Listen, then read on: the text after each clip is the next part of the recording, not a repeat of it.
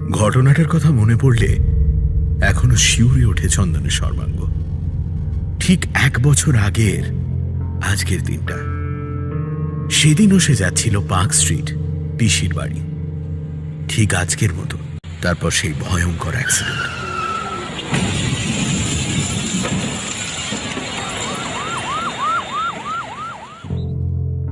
চোখ দুটো পুরোপুরি নষ্ট হয়ে গেছিল চন্দনের।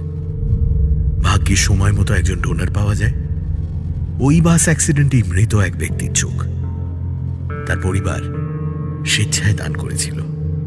সম্পূর্ণ সুস্থ স্বাভাবিক হয়ে সেই লোকটার বাড়িতে একবার ঘুরতেও গেছে চন্দন।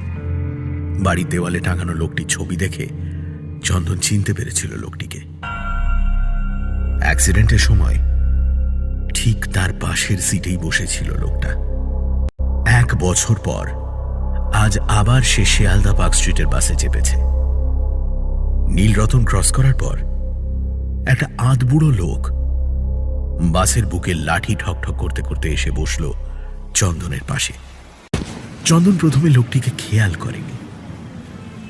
পাশে বসার সময় এক পলক যা দেখল, গা বমি করা চেহারা, ময়লা শরীর। দ্বিতীয়বার দেখার ভক্তি হল না তার। ঘাড় ঘুরিয়ে জানলার বাইরে চোখ রাখল সে। হঠাৎ কি একটা কথা মনে পড়ায় স্বপ্ন ভেঙে জেগে ওঠার মতো ধড়ফড় করে লোকটার মুখের দিকে ফিরে তাকালো চন্দন। লোকটা এতক্ষণ চন্দনের দিকেই ফ্যাকাশে চোখে এক দৃষ্টিতে তাকিয়েছিল। চন্দন ঘাড় ঘোরাতেই সে একবার কেশে নিয়ে ভাঙা গলায় বলল, দাদা, 1 বছর তো হয়ে গেল, এবার আমার চোখ জোড়া ফেরত দিন। চমকে চেঁচিয়ে উঠল চন্দন। সে টের পেল এক লহমায় তার চোখের সামনে থেকে বাস, ট্যাক্সি, লোকজন, গিজগিজ করা সকালের কলকাতা উবে গিয়ে নেমে এসেছে গাঢ় একরাশ অন্ধকার।